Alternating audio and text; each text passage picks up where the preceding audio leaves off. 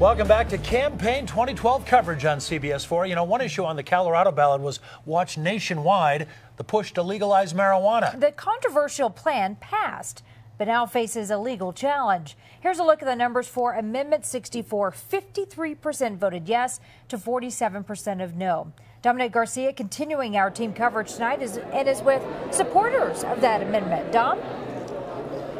Well, Karen, it was a pretty electric atmosphere here tonight. People are starting to file out, but before they all do, we're going to talk to Betty Aldworth, Advocacy Director for Amendment 64, the first state in the country to legalize this. What do you make of that? You know, marijuana prohibition has failed in Colorado and it's failed in all sorts of other places. I'm so proud and so honored to have worked with this team of people and to live in a state where people recognize that marijuana prohibition is a failure and we can do better. Why this time? This has been on the ballot before. What was the difference this go round?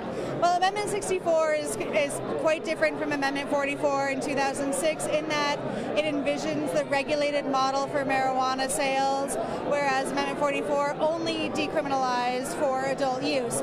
And what we know is that Colorado voters have accepted the idea that we can regulate marijuana like alcohol successfully and we can make a safer, healthier, and more just Colorado by doing so. I got to ask you about the opponents. One of the big opponents was Governor Hickenlooper. He came out with this statement saying the public has spoken, but marijuana, I should say, is still illegal, so don't break out the Cheetos or Goldfish too quickly. What do you make of a statement like that? Also, the federal hurdles you're going to have to go through after this. You know, this might be a joke to Governor Hickenlooper, but it's not a joke to the 10,000 Coloradans who are not going to be arrested next year because we passed Amendment 64, and it's not a joke to the 53% of Coloradans who have passed Amendment 64 today. I'm glad that he intends to work within the confines of the amendment, and I think that we'll have an opportunity to create a better Colorado through it.